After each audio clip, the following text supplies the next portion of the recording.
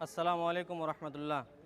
या रब्बी लका अल्फ़ अल्फ़ हम्दिन व शुक्र अला मा अनअमत बिही अलैना मिन निअमिन ला तुअद्दु व ला तुहसा व अला मा हदैतना इला दीनिल क़वीम व सिरातिल मुस्तक़ीम वस्सलातु वस्सलामु अला रसूलिल्लाहिल अमीन, अम्मा बाद।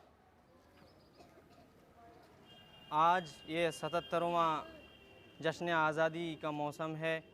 आज हम लोग परचम कुशाई के बाद सब लोग इकट्ठा होकर देश से मुताल्लिक़ कुछ बातें सुन रहे हैं, कह रहे हैं। अल्लाह रब्बुल आलमीन हम सब को कहने सुनने से ज़्यादा उन बातों से इबरत हासिल करने की तौफ़ीक़ अता करे, आमीन। वमा तौफ़ीक़ इल्ला बिल्लाह। इस मौके पर मुझे 5 मिनट का वक्त दिया गया है, तो मैं मुनासिब ये समझता हूँ कि मुख्तसर अंदाज में मैं अपनी बात को रख सकूँ। अल्लाह मुझे तौफ़ीक़ दे, आमीन। हाज़रीन, हमारा मुल्क हिंदुस्तान आज़ाद हुआ। हम जानते हैं कि 850 साल तक इस देश में मुसलमानों ने हुकूमत की। फिर कोताही की वजह से या फिर और कोई वजह बताएं, फिर अल्लाह रब्बुल आलमीन की तरफ से सुन्नत भी है कि एक ही कौम के पास इक़्तिदार नहीं रहती है। लिहाजा अंग्रेज़ों के नापाक चाल और प्लानिंग की वजह से हमारा मुल्क हिंदुस्तान मुसलमानों के हाथ से मुल्क का बागडोर निकल गया और 200 साल या उससे ज़्यादा वक्फ़ा तक के लिए अंग्रेज़ों ने हुकूमत की। फिर मुसलमानों ने इस संगीनी को समझा कि वो इस दर्द को समझ गए कि ये जो आए दिन अंग्रेज़ हम पर जुल्म व सितम के पहाड़ तोड़ रहे हैं, इससे अपने कौम को, मिल्लत को निकालना ज़रूरी है, वरना आगे चल के ऐसा हो सकता है कि हम अपने इक़्तिदार, हुकूमत और मुल्क को खो दें। लिहाजा उलमाओं ने सबसे पहले इस बेड़ा को जो है सबसे पहले अपने हाथों में लिया और उन्होंने तहरीक आज़ादी के नाम से मुख्तलिफ़ तहरीकात चलाए। आप अगर तारीख़ का मुताला करेंगे तो आपको मिलेगा तहरीक रेशमी रुमाल, तहरीक खिलाफत, तहरीक तर्क मवालात और इस तरह के जो है देश छोड़ो आंदोलन, इस तरह के मुख्तलिफ़ तहरीकात उलमाओं ने चलाया। इन सारे तहरीकात को चलाने वाले जो हैं ये लोग सारे के सारे उलमा थे और उलमाओं ने इस चीज़ की नज़ाकत को समझते हुए अंग्रेज़ों के ख़िलाफ़ आवाम में बेदारी लाना शुरू कर दिए और बहुत जल्दी ही 1947 में हमारा मुल्क फिर से आज़ाद हुआ। बहुत अफसोस की बात यह है कि हम जानते हैं, और सिर्फ हम नहीं, ये दुनिया वाले भी जानते हैं कि इस मुल्क को आज़ाद करने में मुसलमानों का बहुत बड़ा किरदार है। मगर बहुत अफसोस की बात कि मौजूदा हालत में हमारे नामों को मिटाया जा रहा है। आपको मालूम है या नहीं पता नहीं, अभी मौजूदा हुकूमत के निगरानी में एक किताब लिखी गई है सन 2019 में, अभी फ़िलहाल हाल ही में। किताब का नाम दिया गया है कि dictionary of martyrs of India's freedom struggle. इस नाम से अभी हाल ही में एक किताब लिखी गई है जिसमें सन 1857 के बाद से जो लोग तहरीक आज़ादी में शामिल हुए थे, सिर्फ उन्हीं का नाम दर्ज है। अगर इस हिसाब से हम देखते हैं तो हमारे आबो अजदाद जो मुसलमान हैं उनके 70% मुसलमानों का नाम कैंसिल है, उस किताब में नहीं है।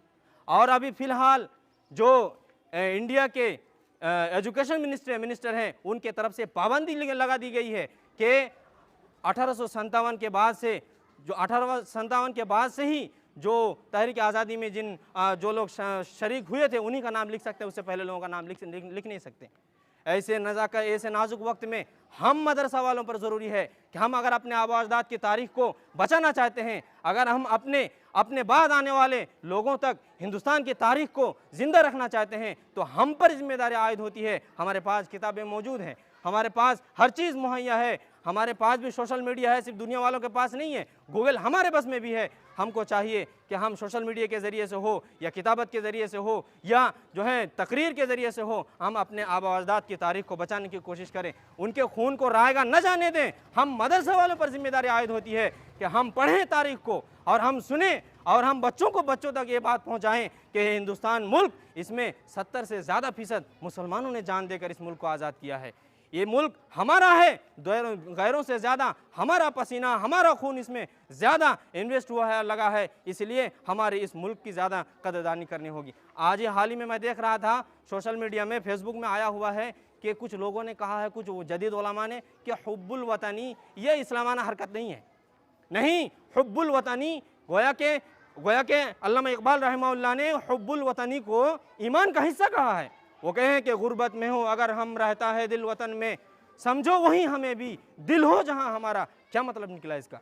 हुब्बुल वतनी ये ईमान का हिस्सा है। अगर हम तारीख को देखेंगे तो हुज़ूर पाक सल्लल्लाहु अलैहि वसल्लम मदीना में है और आपकी पैदाइश मक्का में हुई है। 17 महीना तक आप सल्लल्लाहु अलैहि वसल्लम बैतुल मक़दिस की तरफ किबला करके नमाज अदा कर रहे हैं। आपके दिल में बैतुल्लाह की मोहब्बत और उल्फत है। इस वजह से आप बारहा मुड़ मुड़ के काबतुल्लाह की तरफ जो है आपके दिल में सोच आती है कि काश के हमारा किबला काबा और बैतुल्लाह हो जाए तो हमारे दिल में ज़्यादा सुकून मिलेगा। अल्लाह रब्बुल आलमीन आलिमुल गैब है, इस बात को समझते हुए अल्लाह रब्बुल आलमीन ने फ़ौरन किबले को मुंतकिल कर दिया। ये क्या है?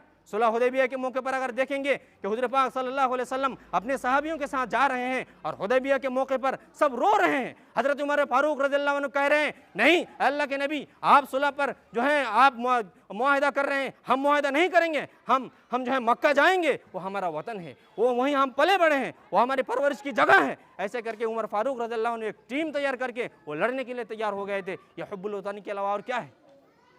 उसी के बाद वाले साल हज़रत अबू बकर सिद्दीक़ रज़ियल्लाहु अन्हु, हज़रत उस्मान गनी रज़ियल्लाहु अन्हु और उनके साथ 300-350 से ज़्यादा लोगों को लेकर हुज़ूर पाक सल्लल्लाहु अलैहि वसल्लम ने उम्रा करने के लिए मक्का में भेजा। यह हुब्बुल वतनी के अलावा क्या है? मुसलमानों, हुब्बुल वतनी ये इस्लाम का एक हिस्सा है। हमें अपने वतन से मोहब्बत है और हमेशा से रहेगी इंशाअल्लाह। इस वतन के लिए अगर हमें खून देना पड़े तो हम उसके लिए तैयार हैं। आबो अजदाद ने करके दिखाया है, तो हम उन्हीं के नक्श कदम पर चलकर हम भी इस वतन को आबाद करने के लिए जहाँ तक हमें जाना पड़े हम जाएंगे।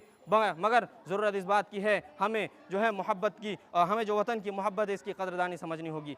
हमारे जो गुज़श्ता उलमा हैं जो इस मुल्क के लिए बहुत कुछ किए हैं, उनके तारीख़ को याद रखना होगा, तभी जाके हम उनसे इबरत लेकर अपने वतन के लिए बहुत कुछ कर सकते हैं। बस मुझे बहुत मुख्तसर टाइम दिया गया था, इसीलिए बातें तो बहुत थी, मैं बात न कर सका। इंशाअल्लाह अगर आगे कभी मौका मिला तो मैं इन बातों को रखूँगा। आखिर में अल्लाह रब्बुल आलमीन से दुआ है, ऐ अल्लाह हम लोगों को हुब्बुल वतन की तौफ़ीक़ अता फ़रमा। ऐ अल्लाह हमें अपनी ईमान की हिफाजत करने की तौफ़ीक़ अता फ़रमा। ऐ अल्लाह इस दुनिया में और उस दुनिया में दोनों जहानों में अल्लाह तो हमें कामयाब कर। अस्सलामु अलैकुम व रहमतुल्लाहि व बरकातुहू।